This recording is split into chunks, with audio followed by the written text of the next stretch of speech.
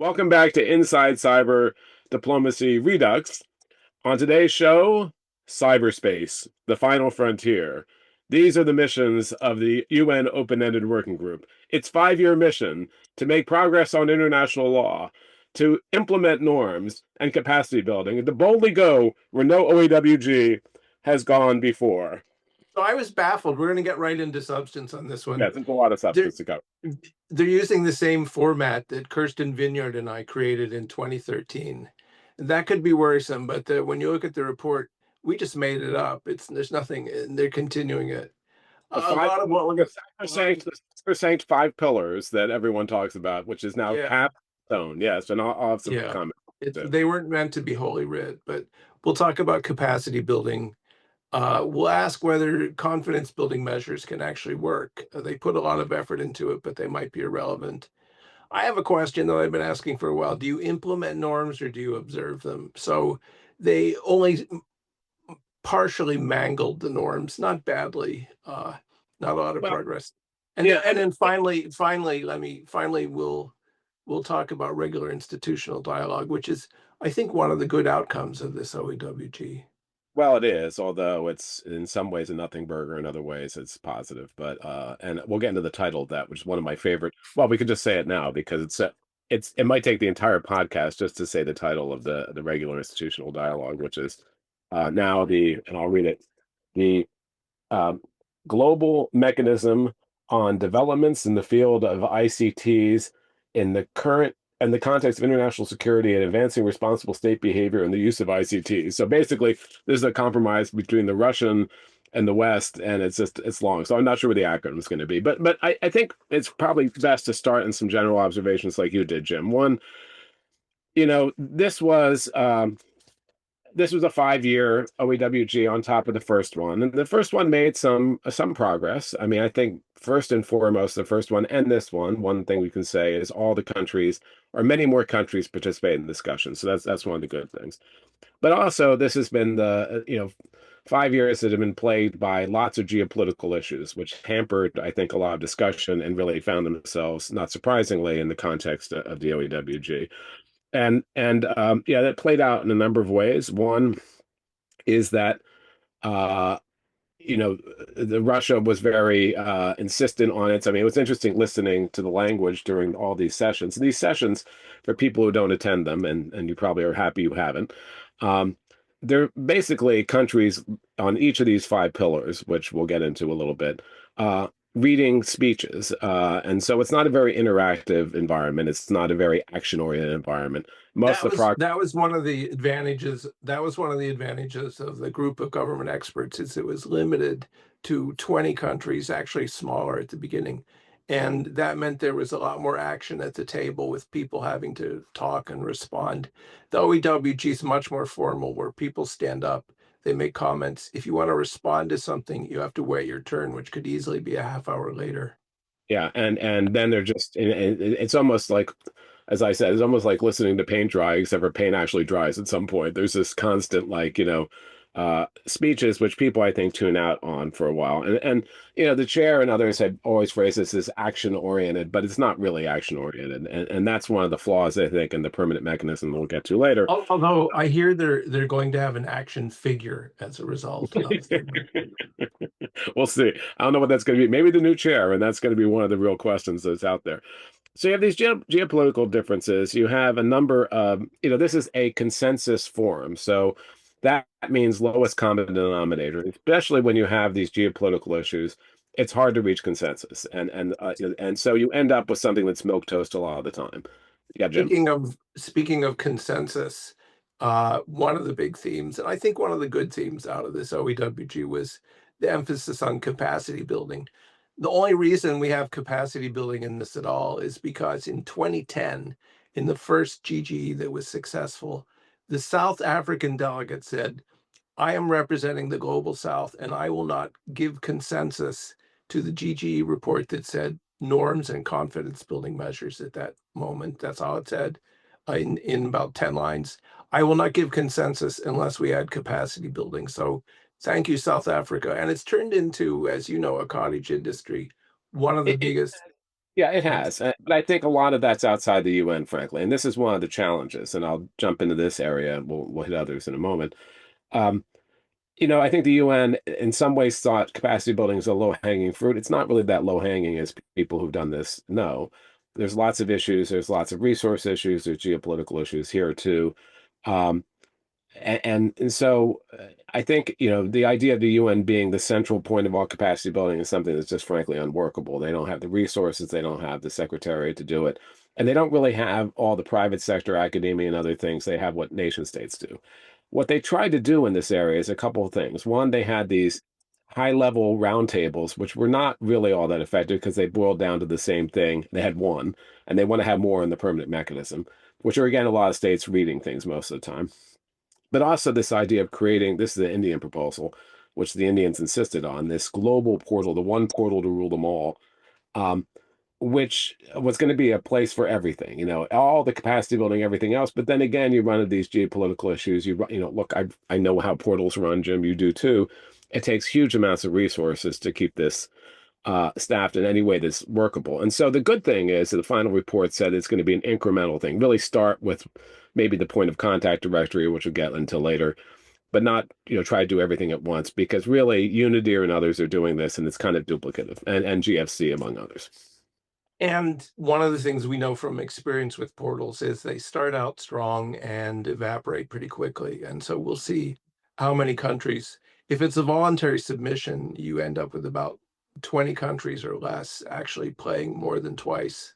Well, then it's dangerous too, because what happens with the portal is that if it's supposed to be comprehensive, and if I'm a country and I'm looking for help, and I go to something that doesn't have much in it, then that hurts me more than helps me. So there's a lot of challenges ahead there. Just back on the kind of general observations, observing this for the last couple of years and going to a lot of these meetings, it's also interesting to see how the language is different. The West, I think, was not incredibly effective at pushing their position. I mean, they talked a good game, but because of That's been true since 2015. well, and they talk a good game, but I think they are very afraid of what would happen if they actually went to a vote in the first committee. I don't know that they need to be as afraid as they were once.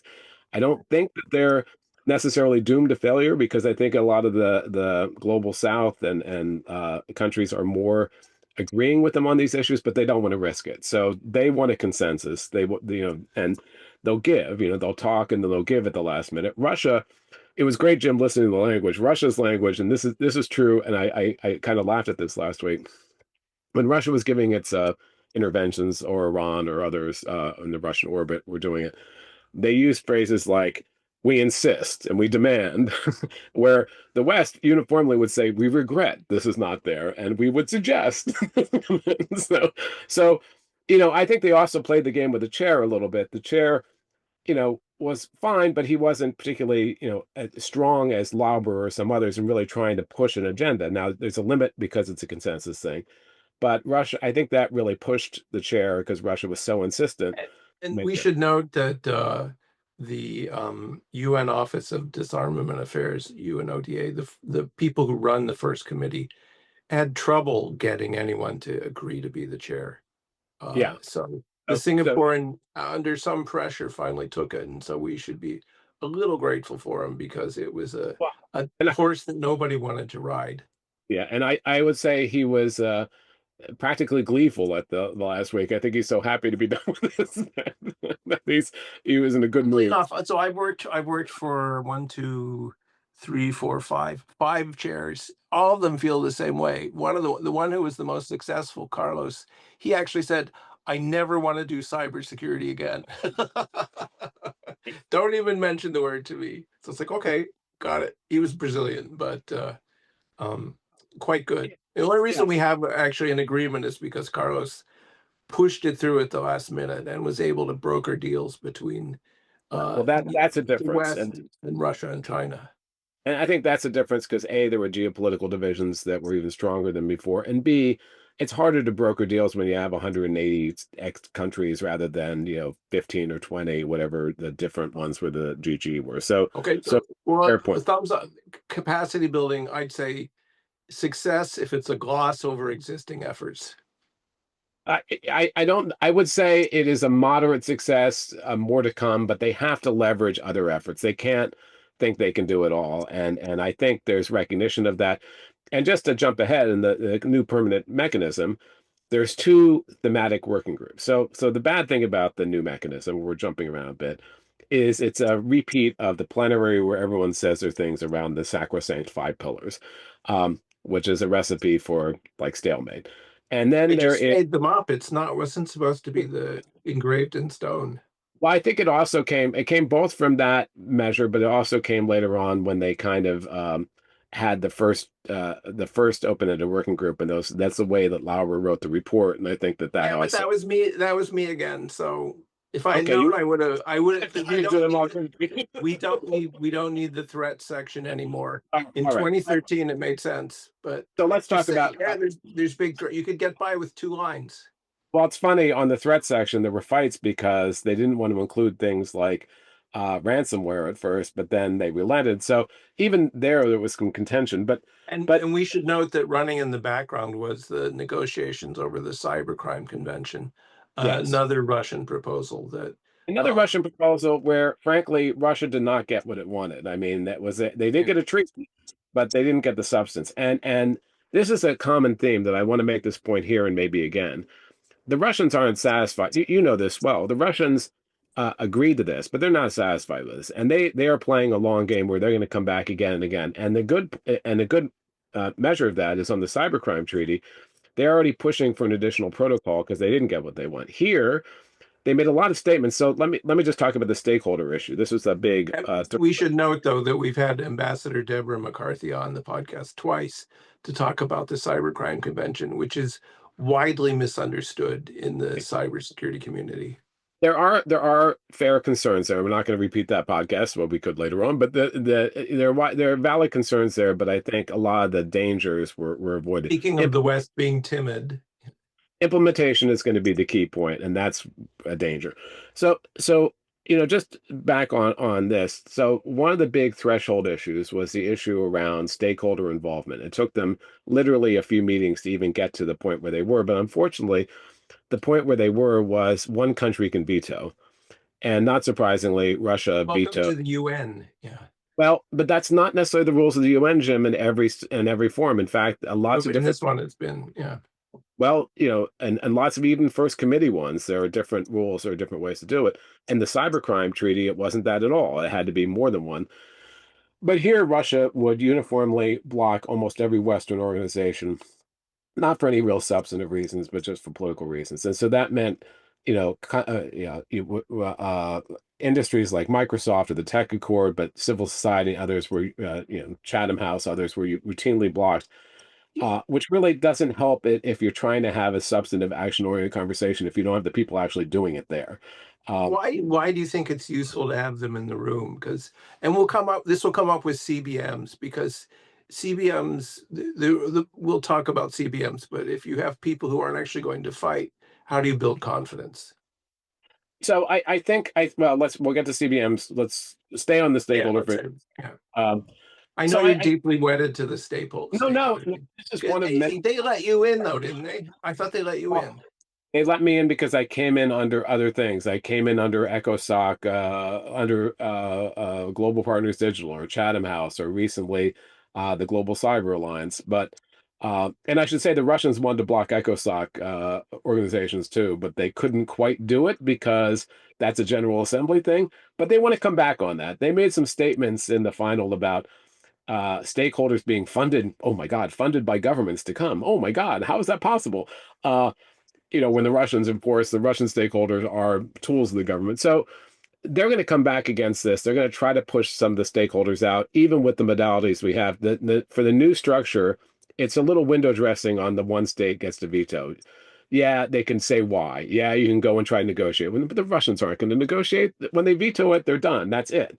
So it's unfortunate that this is the thing. And I do think they're valuable because they're valuable in forming what the trade space is. They're valuable in bringing the perspectives. They're not voting, they're not asking to vote, but just to have that perspective there, I think is useful. So I think this is one of the areas which was problematic. Now, the benefit, and this goes to the structure of the new mechanism too, The structure, as I said, is plenary sessions, which are like people reading speeches and the five pillars. Then there is ad infinitum. Then there is two uh, cross-cutting working groups. One is on everything because the U.S., among others, and this is remarkable, objected to one on international law, uh, which is interesting because that's been the Russian position. The U.S. has objected to that. See, there is grounds for compromise. Yeah. So no, so now there's only one, omnibus one and one that's focused on capacity building, which is good, I guess. The good thing is the chair made them informal and hybrid, which means everyone can participate. So if you're actually going to get something done, maybe those working groups will be it. But yeah, the stakeholder thing's still an issue. Um, we talked about norms a little bit, so let's continue on that. You were asking the question: do you implement or do you adopt or Observe. observe? Yeah. Yeah. I think to observe, you have to understand how they work. And so there is a little bit of implementation. And there was a proposed checklist for norms that I think Singapore suggested, which would be a good thing, but they couldn't agree to it. So it's listed as something to talk about. There's this tectonic battle, Jim, as you know, of like new norms. Do we need new norms? Where Russia and others, we need new norms. Yeah. And That goes and back at least a yeah, decade. and the West and our commission too. And the West is like, no, let's actually deal with the norms we have. Most of the norms that have been proposed are pretty dumb. So, The new ones. like you should you should not use cyber attacks to disrupt noodle making or something like that. Right. I mean, yeah, most of the new ones, or they're very, very politically oriented, like some of the Russian ones that are clearly, but the interesting thing I think on the norms is the interesting debate that's also not new. I mean, a lot of the 5 years have gone by, and a lot of the dialogue hasn't really changed on this, as you said, Jim. So one is treaty or no treaty. So the Russians keep saying, we need a treaty, we need a treaty. And the West says, no, we don't need a treaty. So that came up every freaking meeting. And there's a little, And that, to go back to ancient history, one of the ways that the first GG report, which laid the foundation for all this, one of the ways it was sold was by saying it was a stepping stone to formal agreement in the UN. So that was the intent back in 2010. and that was It's Russia, as you also know, historically, that's why Russia wanted a GG is for a global instrument. I mean, that's been their plan all along. Um, Now that they've had success with the cybercrime treaty, on one hand, people think, are they feeling their oats? They can go forward and do this. My sense is the global community, the global South and others are sick to death of having, having more UN meetings on this. So it's not happening anytime soon. And one of the successes, I'd say, this whole 5 year term and the next one is a lot of the world said no two tracks. We're not going to do two tracks again, just one track. We can't afford, Fiji can't afford to go and deal with like two separate tracks on this issue. So the good thing is there's one track. So that's positive. Yeah, the other part of this is that cyber is no longer the shiny object. It's people want to do AI norms and AI agreements and AI No, consultations. which is a problem in So, itself because cyber is still important and AI has a play there. and we haven't fixed it. So Then we haven't fixed it. And I'd say the other good thing before we move on to the other areas, the other pillars, the women in cyber thing was pretty good too. I mean, it's remarkable that when this began, about 30% of the interventions were women, which is on par for the rest of the UN. And in the last several meetings, over 50% were by women, and there's far more women involved in the delegations. And that's quite a, it's not necessarily a cyber thing, but it's a good development, I think. So oh, as we go. so I'll let you in on a secret that's not that much of a secret. When Kirsten, Andre, and I wrote the first one that had confidence building measures in, we looked at some of the CBMs in the Helsinki Agreement, the Mhm. Conventional Forces in Europe Agreement. It was very much an understanding of cyber CBMs based on the potential to reduce military conflict. Yeah. So if the actual opponents aren't willing to engage, how useful are CBMs? Well, that's the thing. I mean, that's the thing also, and we'll get to that one of the deliverables in the CBMs, but that's exactly right. And I think the issue is if you're not if you don't want to use the CBMs, if you don't want to use the hotline, then what do you use the hotline, right? So, and that brings to the extent that there's a deliverable that came out of this process, is this point of contact directory, this global point of contact directory Mhm.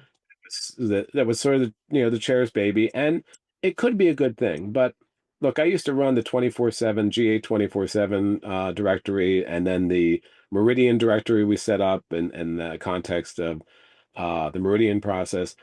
The problem with directories is first, and they want to do ping tests. They've already done some ping tests, which I think is a good thing.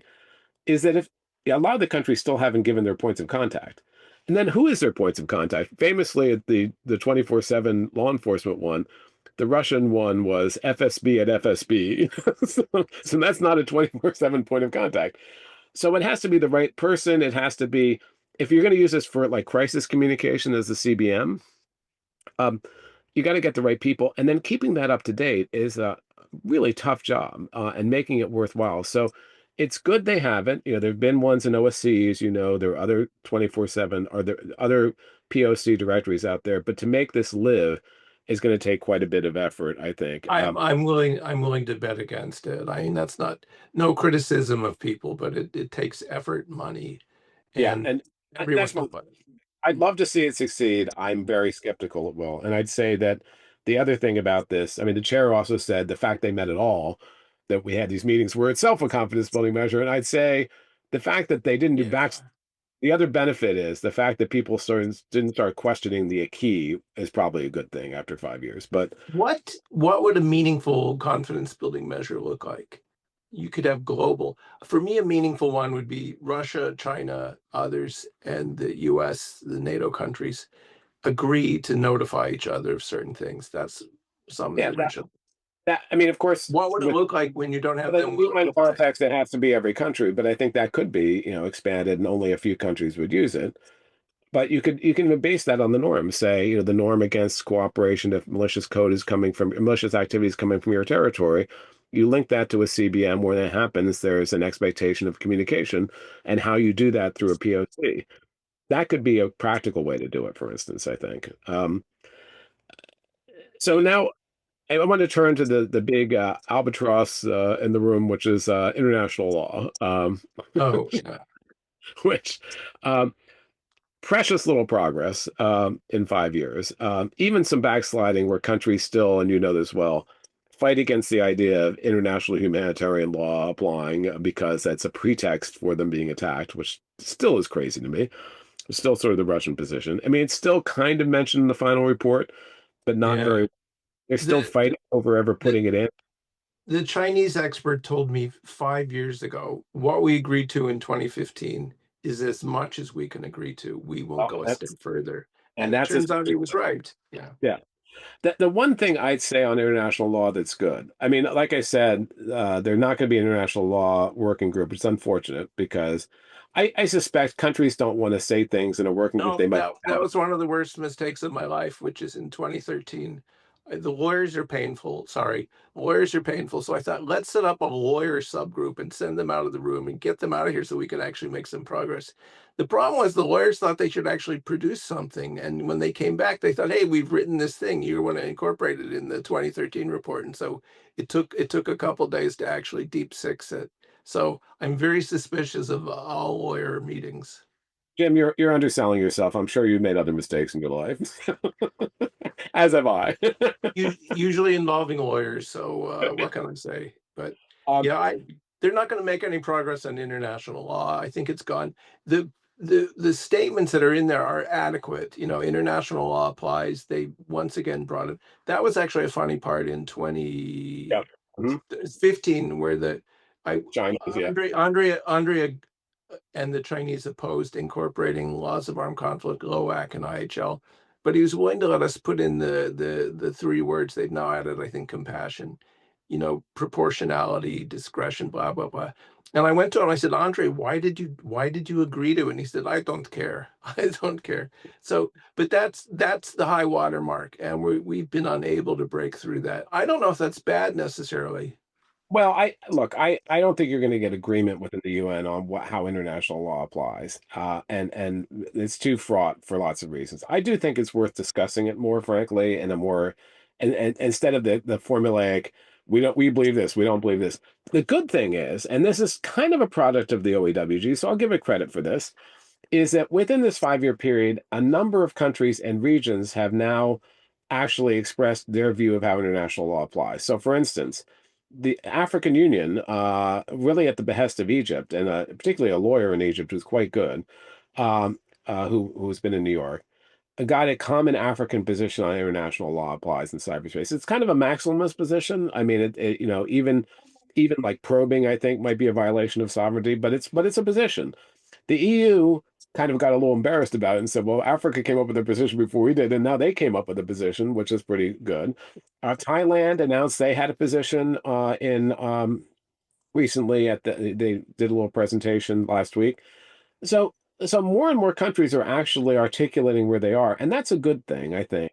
It may not be agreement, but at least it sets the boundaries for a conversation. And what we've heard repeatedly from multiple countries is they're unwilling to bind their decision makers to an agreement. They're willing to say they'll observe it. They're willing to say how they'll observe it, but they're not willing to accept a global agreement. So that's just Yeah, the reality. Yeah. yeah, and I think that's why the Russians are, even though they're not going to give up, and believe me, I suspect there'll be shenanigans both on the cybercrime side when they do the implementation, as I said, and additional protocols, but also here, I think March is when they do the organizing for the new mechanism, and the Russians are they have plans to take more bites at, so watch that space carefully. But Yes, yes, friends, we're on a fast track when it comes to cybersecurity. So you're saying, what is that, 9 months away, 8 months away? For the UN, that's it's like warp speed. um, So the other thing on CBMs was that there was a template for communication, which I think is a great thing actually, but they couldn't agree to that, so that's for further discussion. The reason I think that's great, it goes back to the 24/7 network when countries would ask, like, give me all the data on this without giving IP address. If you have a template that actually makes sure that you have more rich conversations, I think, but we'll see where that goes. Um, Final thing, since we're running out of time, the regular institutional dialogue. What are the next steps after this? It's positive, but what do you think they're going to do? I thought regular institutional dialogue has been around for a decade. That we finally got agreement on it is great. Now what? well, it could be great, or it could be like the UN, what is it, the Commission on the Peaceful Use. Committee on the Peaceful Uses of Outer Space Copious, which is like being assigned to limbo. You try and avoid it if you work at So, space. and that's the fear, and it gets reviewed. This gets reviewed after 5 years, and if you have a couple meetings a year and a couple meetings of these thematic working groups, it's not a recipe for, it's certainly the ambition France had of a program of action when they announced it was really trying to be action oriented. This is not going to be action oriented. This is going to be, a lot's going to happen outside of this. So three things are going to really depend when they get to the organizing thing. Who's the chair? That's going to be critically important. And I don't know who the hell wants to chair this and who would be a good, The last time nobody wanted to touch this.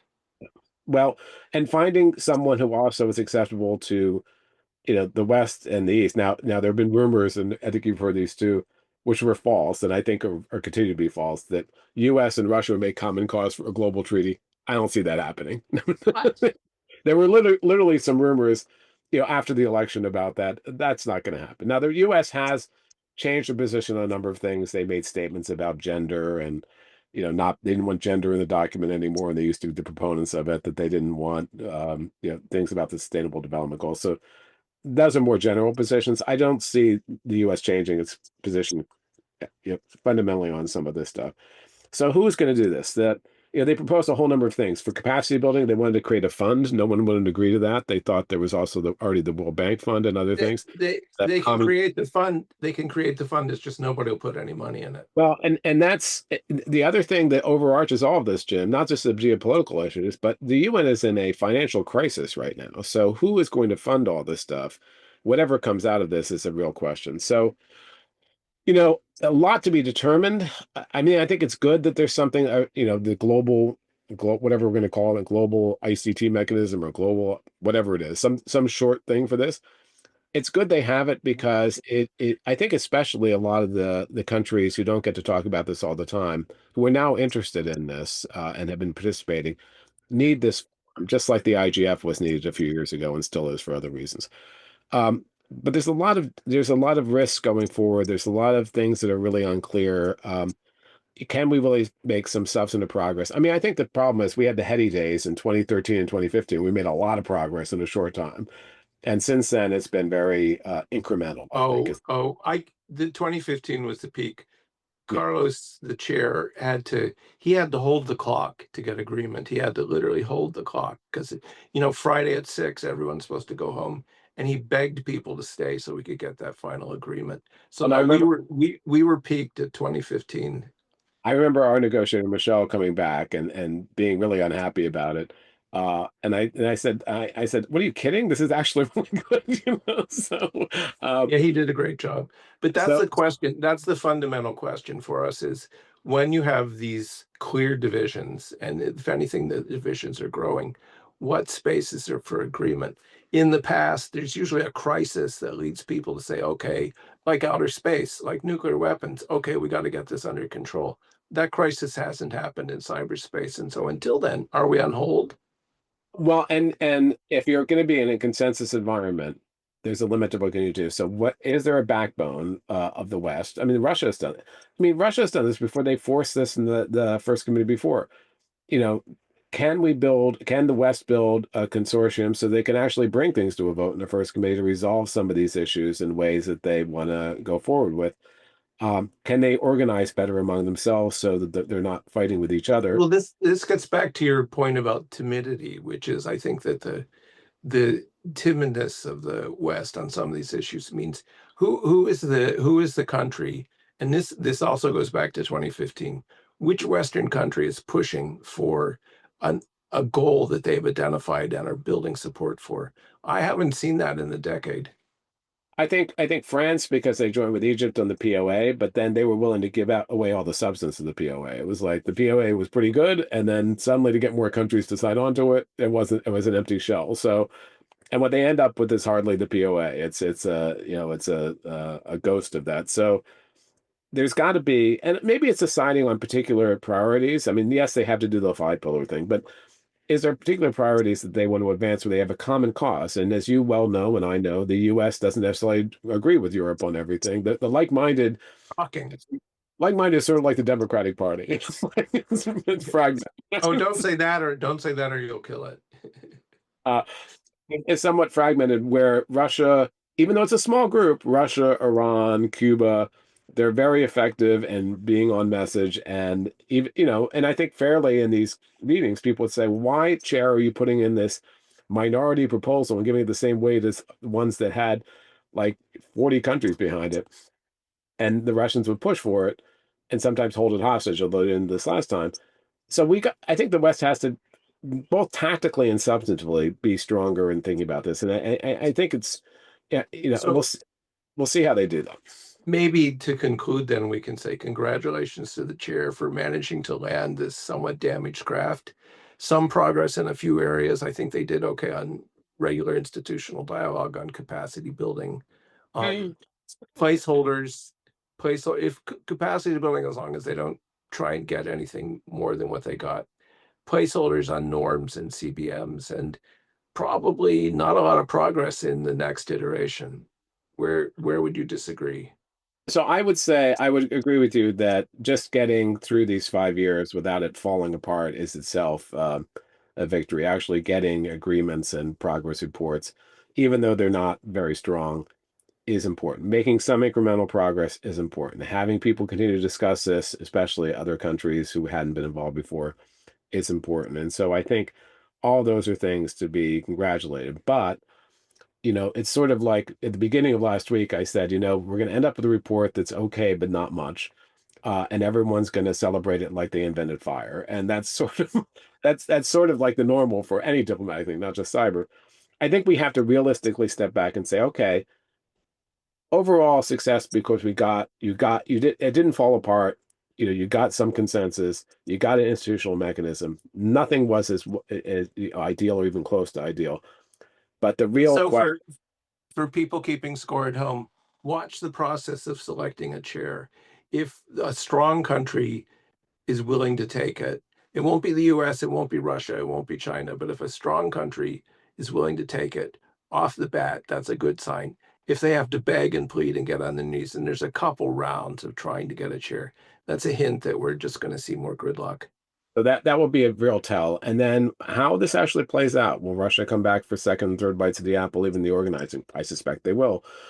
How will they be pushed back on? How unified is the West? And is there any ambition? What do we want to achieve in this? I think since 2015, it's not clear what, a lot of countries, what do they want out of this? Not just defensively, don't do no harm, but what is it that would be beneficial out of this? And yes, capacity building, yes, some of the things around norms. And what are the things we really have to focus on other venues and put more resources in those other venues if we're going to make progress? And Yeah, and so that was 2015 was the whole process from 2009 to 2015 did have a goal, which was based on, and this no longer works, sort of a Cold War arms control approach of reducing tensions between two sides and building towards some binding agreement. Those are gone, right? So we don't have a goal anymore, other than to make sure it doesn't fail. yeah, and I think that that's where, if you're going to actually think about practical things the UN could do, there are some things the UN can. It's a good convener, right? It's legit. It has legitimacy because it has all the countries in the world, more legitimacy than other venues. But because of that, it's harder. But what? How are we going to take this if we want to? Maybe the issue is, Jim, that we're happy with the status quo. But I think that there's certainly opportunity to do more here. And yeah. Really? I think we're stuck for a while. I'd say that we've peaked. A good placeholder is a good step, and we'll mark time until there's some larger political sentiment. And that might be a good note to end on. Any final thoughts? Yeah, just one. I think back in 2015 or 2013, I guess, when the Russians circulated the proposal for the open-ended working group, the open-ended now closed-ended working group, the first one and now the second one, I think there was a lot of angst and doubt among a lot of people, including the two of us, of what this thing was going to be and whether it'd be effective. And it turned out not to like all the fears I think people had were not necessarily justified because because it's consensus, Russia didn't get what it wanted, I think. And what it really did, more than anything else, is bring so many other countries into this conversation who are now really into this conversation. And they care about capacity building because they need it, but they also now care about some of these issues. And some of the most active countries in these negotiations were ones we'd never heard from before, including the That's Pacific true. Island.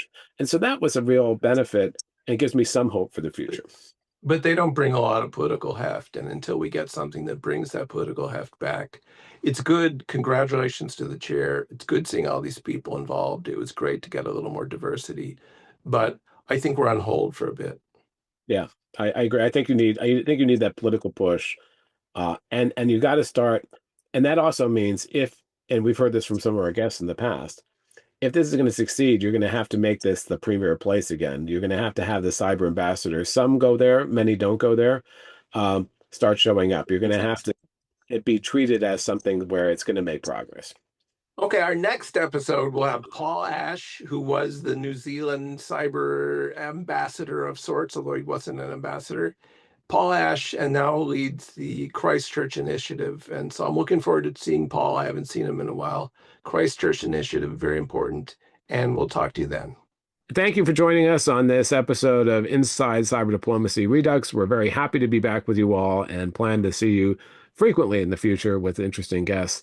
You can find this podcast wherever fine podcasts are found, including the usual places, Apple Podcasts, Spotify, etc., and on the CEPA website. So thank you again.